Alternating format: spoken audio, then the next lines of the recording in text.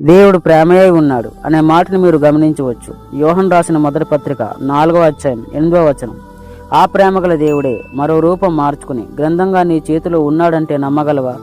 క్రీస్తు పలికిన ప్రతి మాటలో ప్రేమ ఇమిడి ఉంది. ధర్మశాస్త్రమును ఇశ్రాయేలుకి ఇవ్వడం వెనుక దేవుని అపారమైన ప్రేమ ఉంది. ఇశ్రాయేలీలు తప్పు చేస్తుంటే దండించడం వెనుక అధికారం కలిగిన ప్రేమ దాగుంది. నిర్గమాకాండం 20వ అధ్యాయంలో ఆయన ఆజ్ఞల వెనుక ప్రేమ కనబడుతుంది. మనసు పెట్టి ఆలోచించు. ఎందులో ప్రేమ లేదు? పాత నిబంధన నుంచి క్రొత్త నిబంధన వరకు ప్రతి వచనంలో ప్రేమే కనబడుతుంది. గ్రంథంలో ఉన్న ప్రతి వచనం మనకు ఏదో ఒక గుణపాఠం నేర్పుతుంది. ఎందుకంటే ఆ వాక్యమే దేవుడు. ఆ వాక్యమే నీ కోసం నా కోసం ప్రాణం పెట్టింది. ఇందులో కూడా ప్రేమే ఉంది. కాబట్టి దేవుని వాక్యం సెలవిస్తుంది, ధర్మశాస్త్రం అంతయు నిన్నువల నీ పొరుగువాన్ని ప్రేమించుము అని ఒక్క మాటలో సంపూర్ణమై ఉన్నది. ఆ ప్రేమే నిన్ను నన్ను రక్షించిన క్రీస్తు ప్రేమ. ఆలోచించు మిత్రమా. ఆమేన్.